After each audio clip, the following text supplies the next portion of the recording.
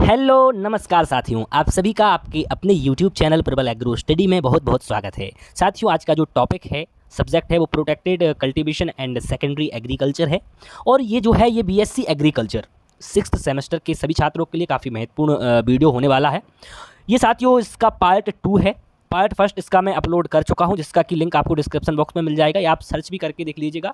आपको थंबनेल पे लिखा मिल जाएगा पार्ट फर्स्ट और पार्ट सेकंड। ठीक है, तो पार्ट फर्स्ट यदि आपने अभी तक नहीं देखा है तो ज़रूर देख लीजिएगा। तो साथियों बढ़ते हैं आज के क्वेश्चंस की तरफ। क्वेश्चंस की तरफ बढ़ने से पहले मेरा आपसे छोटी सी आग्रह है कि आप यदि चैनल पर नए हैं तो चैनल को सब्सक्राइब जरूर कर लीजिए। 1 मिनट बताना चाहूँगा आप सभी लोगों को कि मैंने जो कल एग्ज़ाम था प्रोटेक्टेड कल्टीवेशन का, तो आपका कल होगा, जो आपका कल एग्ज़ाम था रेनफीड एग्रीकल्चर का, उसमें मैंने टेलीग्राम चैनल पर जो है फ्री ऑफ कॉस्ट आप सभी को जो PDF दी थी, उसमें से काफ़ी प्रश्न आपको फंसे हैं। ठीक है, बहुत कुछ प्रश्न आपके आए हैं परीक्षा में।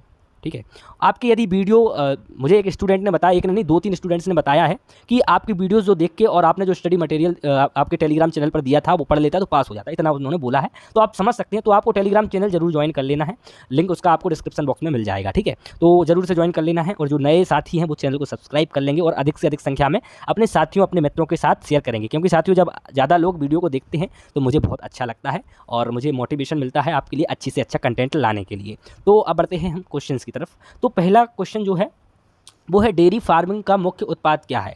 उत्पाद को हम प्रोडक्ट बोलते हैं इंग्लिश में। इंग्लिश मीडियम के छात्र सुन लें, जो स्टूडेंट इंग्लिश मीडियम के हैं, तो उत्पाद को हम बोलते हैं प्रोडक्ट। ठीक है, प्रोडक्ट बोलते हैं। तो इसका मेन प्रोडक्ट क्या है डेयरी फार्मिंग का? तो दूध है, मिल्क इसको बोलते हैं, दूध को।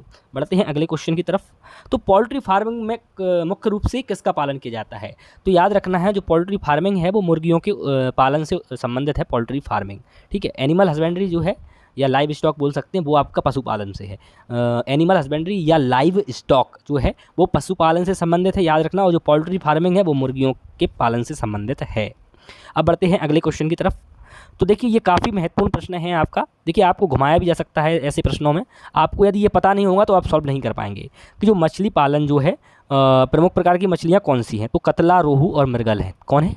3 प्रकार की हैं। पहली है कतला, दूसरी है रोहू, तीसरी है मृगल। साथियों इस वीडियो में हम कितने क्वेश्चन करेंगे इसके बारे में मैं आपको बता देता हूँ।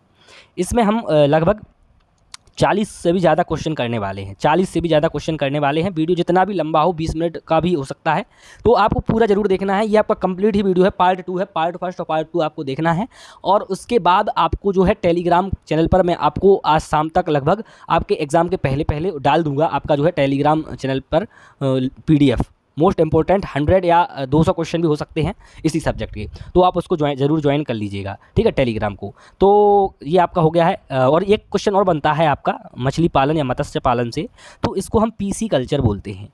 जो आपका मछली पालन है इसको हम PC कल्चर बोलते हैं, ये आपको याद रखना है। ठीक है, अब बढ़ते हैं अगले क्वेश्चन की तरफ। तो बायोगैस उत्पादन के लिए प्रमुख सामग्री क्या है? तो सामग्री बोले तो मटेरियल्स। तो कौन कौन से इसके मेन मटेरियल्स हैं जिसकी हमें ज़रूरत पड़ती है, आवश्यकता रिक्वायरमेंट होती है? तो गोबर और जैविक कचरा। ठीक है, गोबर तो आप जानते ही हैं, जैविक कचरा भी आप जानते हैं। ठीक है, रेशम उत्पादन के लिए कौन सा कीट उपयोगी है? तो रेशम का जो उत्पादन हम करते हैं तो उसके लिए कौन सा ऐसा कीट है या इंसेक्ट है, इंसेक्ट है जो कि उपयोगी है, यूज़फुल है? तो है सिल्क वर्म, इसका सही आंसर हो जाएगा। आपसे पूछ सकता है हिंदी में, देखिए आपसे पूछेगा तो रेशम कीट बोलते हैं सिल्क वर्म को, और इंग्लिश में बोलते हैं सिल्क वर्म, और हिंदी में आपको रेशम कीट बोलते हैं। लेकिन ज़्यादातर एग्जामिनर ये इंग्लिश में ही देता है, तो सिल्क वर्म उसको बोलते हैं, याद रखिएगा। मधुमक्खी पालन का मुख्य उत्पाद क्या है? तो मधुमक्खी पालन का जो मुख्य उत्पाद है वो शहद है।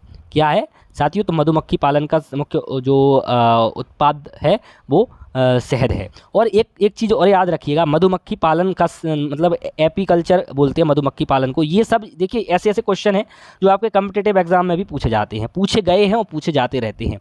तो एपीकल्चर का जो संबंध है वो मधुमक्खी पालन से है। और एक और क्वेश्चन मैं आपको बताना भूल गया कि जो रेशम कीट उत्पादन का जो संबंध है वो किससे है? तो वो आपका सेरीकल्चर से है। कैसे है? सेरीकल्चर से है। तो ये भी आपको याद रखना है, सेरीकल्चर का संबंध किससे है? तो रेशम कीट उत्पादन से है। ठीक है, रेशम उत्पादन या रेशम कीट उत्पादन से है। बढ़ते अगले क्वेश्चन पर। मधुमक्खी का हो गया, तो मुख्य उत्पाद इसका मेन प्रोडक्ट क्या है? तो शहद है, शहद, हनी बोलते हैं इसको, हनी। याद रखिएगा। बढ़ते हैं अगले क्वेश्चन पर। बायोगैस संयंत्र में मुख्य रूप से कौन सी गैस उत्पन्न होती है?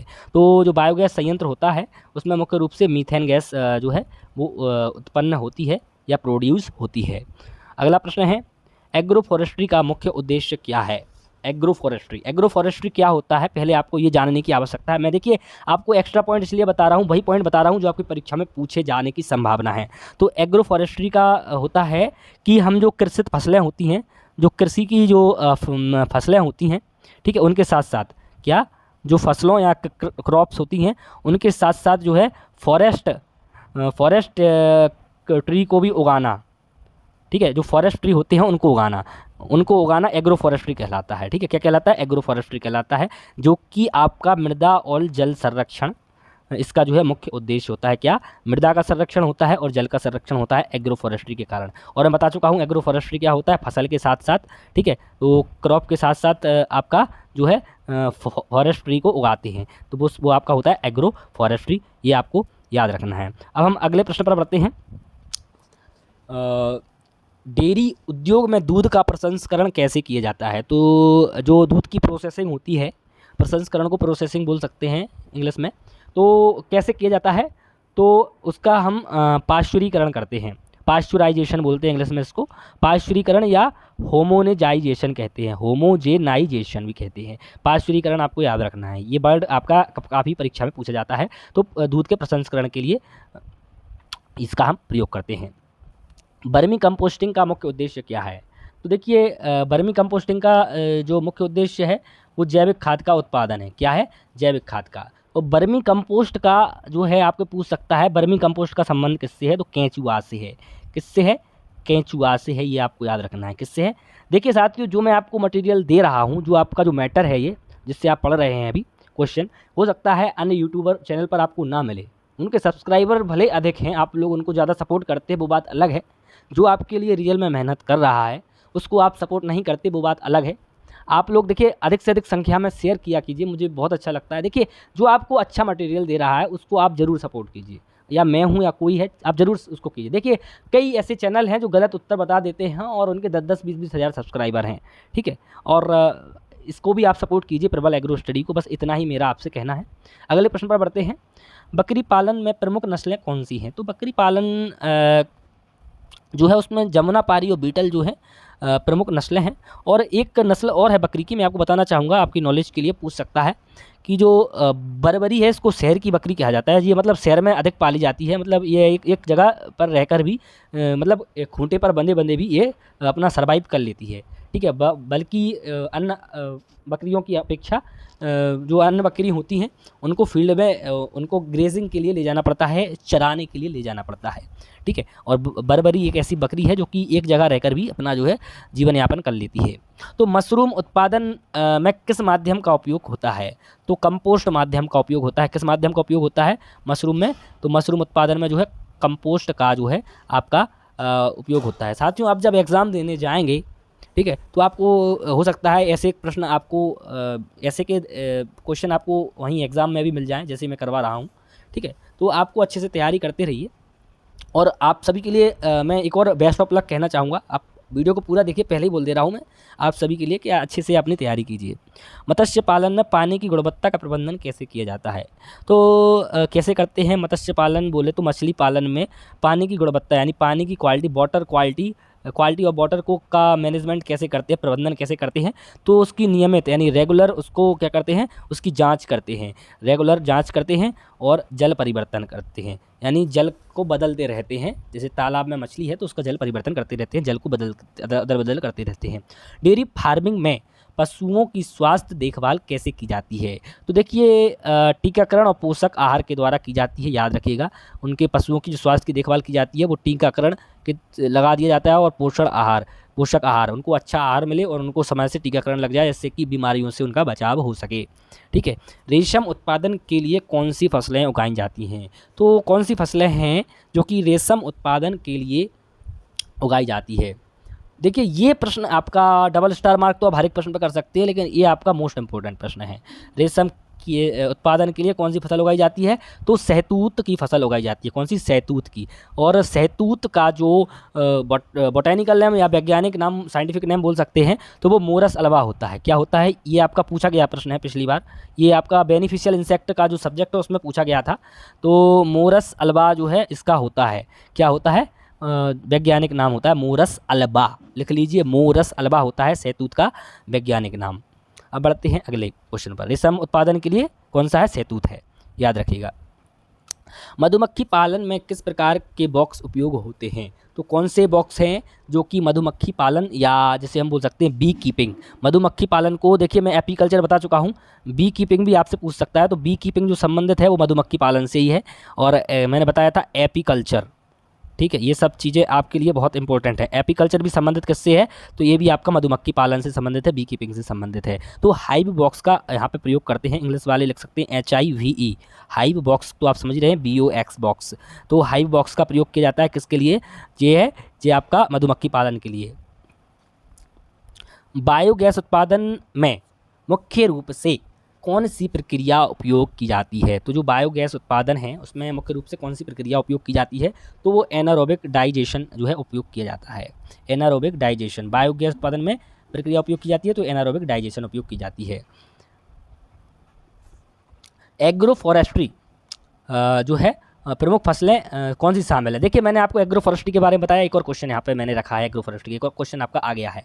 तो जो एग्रो फॉरेस्ट्री में आपको मैंने बताया था कि जो है फॉरेस्ट वाले जो होते हैं उनको और क्रॉप्स को हम रखते हैं साथ में, ठीक है, दोनों को साथ में रखते हैं। तो यहाँ पे देखिए वृक्ष और नकदी फसलें, वृक्ष क्या होता है? ट्री, तो ट्रीज़ के साथ साथ हम ट्रीज़ प्लस ये क्रॉप्स, ठीक है। तो यहाँ पर अधिकतर हम जो है नकदी फसलें उगाते हैं। ऐसे भी आपसे पूछ सकता है कि एग्रो फॉरेस्ट्री में वृक्ष के साथ साथ क्या क्या उगाते हैं? तो नकदी फसलें उगाते हैं। और ऐसे ये दिया है, ऐसे भी पूछा गया है और पूछ भी सकता है, ठीक है। तो इसका आंसर वृक्ष और नकदी फसलें हो जाएगा। अब बढ़ते हैं अगले प्रश्न पर। डेयरी फार्मिंग में बछड़ों की देखभाल कैसे की जाती है? तो जो डेयरी फार्मिंग में हम बछड़ों की जो देखभाल करते हैं वो उचित पोषण और स्वास्थ्य परीक्षण से करते हैं, ये आपको याद रखना है। बढ़ते हैं अगले क्वेश्चन पर। मत्स्य पालन में किस प्रकार की प्रणाली उपयोग की जाती है? तो तालाब और टैंक का प्रयोग किया जाता है। आपको लग रहा होगा कि क्या हम पशुपालन पढ़ रहे हैं? नहीं, ये सेकेंडरी एग्रीकल्चर का भाग है साथियों, ये सिलेबस में दिया गया है, तभी मैंने ये क्वेश्चन आपको रखे हैं, ठीक है। तो ये आपके सेकेंडरी एग्रीकल्चर का पार्ट है। तालाब और टैंक क्या है? मत्स्य पालन में किस प्रकार की प्रणाली उपयोग होती है, मतलब कौन सा सिस्टम बोल सकते हैं कि which system is useful in मछली पालन को बोल सकते हैं पीसी कल्चर, या बोल सकते हैं फिशरीज़, ठीक है। तो फिशरीज़ के लिए जो है तालाब और टैंक जो है वो अच्छा प्रणाली मानी जाती है। वर्मी कंपोस्टिंग के लिए कौन से केंचुए सबसे अधिक उपयोगी हैं? तो ये आपको ज़रूर याद रखना है, मोस्ट इंपॉर्टेंट क्वेश्चन है ये आपका। जो है जो आपका एक और सब्जेक्ट है ऑर्गेनिक फार्मिंग, उसमें भी पूछा जा सकता है ये क्वेश्चन। तो ये जो है देखिए मैं जो आपके अन्य सब्जेक्ट से मिलते जुलते क्वेश्चन है वो भी यहाँ पे आए हैं, तो मैं आपको बता देता हूँ कि ये उसके लिए भी इंपॉर्टेंट है। इसमें भी आ सकता है, उसमें भी आ सकता है। कुछ चीज़ें क्या है आपकी सेम होती हैं सिलेबस में, तो वो आपको उसका बेनिफिट ज़रूर मिलेगा दूसरे सब्जेक्ट में। तो जो है आइसेनिया फोर्टिडा जो है वो वर्मी कंपोस्ट केंचुए सबसे अधिक उपयोगी होते हैं, आइसेनिया फोर्टिडा, ठीक है, याद रखिएगा। मशरूम उत्पादन के लिए कौन सी प्रमुख किस्में उगाई जाती हैं? तो कौन सी किस्में हैं जो कि मशरूम उत्पादन के लिए प्रमुख रूप से उगाई जाती हैं? तो बटन मशरूम और ऑयस्कर मशरूम जो है वो प्रमुख रूप से उगाई जाती हैं, दोनों याद रखिएगा, ठीक है। महत्वपूर्ण प्रश्न है, सारे प्रश्न मैंने महत्वपूर्ण रखे हैं। अब साथियों अभी और क्वेश्चन आपके बचे हैं, आगे और क्वेश्चन हैं, लेकिन एक छोटी सी 10 सेकंड लूँगा, आपके 10 सेकंड लूँगा। साथियों यदि आपने अभी तक वीडियो को लाइक नहीं किया है तो ज़रूर लाइक कर दें, ठीक है। इतनी मेहनत करके मैं आपके लिए इतने प्रश्न लाया हूँ, ठीक है। अभी लगभग 15 क्वेश्चन और करवाऊँगा, ठीक है। तो ये प्रबल एग्रो स्टडी के बारे में मैं आपको बताना चाहूँगा। जो प्रबल एग्रो स्टडी जो चैनल है उस पर आपको स्टडी मटेरियल मिलता है, उसके साथ साथ आपको क्या मिलेगा? उसके साथ साथ आपको जॉब की अपडेट मिलेगी। जॉब्स की अपडेट सबसे पहले आपको प्रबल एग्रो स्टडी पे, जो एग्रीकल्चर की जॉब्स होती हैं स्पेशली, उसकी आपको अपडेट्स मिलेगी। देखिए डिग्री तो कंप्लीट हो जाएगी, आपकी भी हो जाएगी सबकी, लेकिन आपको अपडेटेड रहना पड़ेगा जॉब्स के लिए भी, क्योंकि आप अभी 6th सेमेस्टर में आ चुके हैं, ठीक है। 1 साल में आपकी डिग्री कंप्लीट हो जाएगी, तो आपको जॉब्स में भी आपको अभी से जो है देखना पड़ेगा कि हमें आगे क्या करना है। तो उससे रिलेटेड सब कुछ जानकारी आपको प्रबल एग्रो स्टडी पे मिलेगी, जितनी भी वैकेंसी आएंगी, ठीक है। मोस्टली जो एग्रीकल्चर में जो चीज़ें होती है सब कुछ इस पर देखने को आपको मिलेगी। तो चैनल को सब्सक्राइब जरूर कर लेना, यही मेरा कहना है। अब बढ़ते हैं हम क्वेश्चन की तरफ।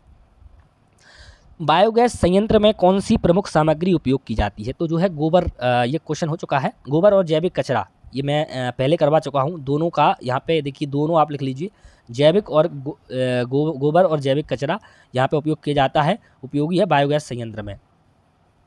मधुमक्खी पालन में परागण का क्या महत्व है? परागण बोले तो पॉलिनेशन, ठीक है, पॉलिनेशन, मधुमक्खी पालन यानी एपीकल्चर में जो है पॉलिनेशन या परागण का क्या महत्व है? तो फसल उत्पादन बढ़ाना। तो देखिए, जब हम मधुमक्खी का पालन करते हैं तो वो हमारी फसल में पॉलिनेशन या परागण का काम बहुत अच्छे तरीके से करते हैं, ठीक है।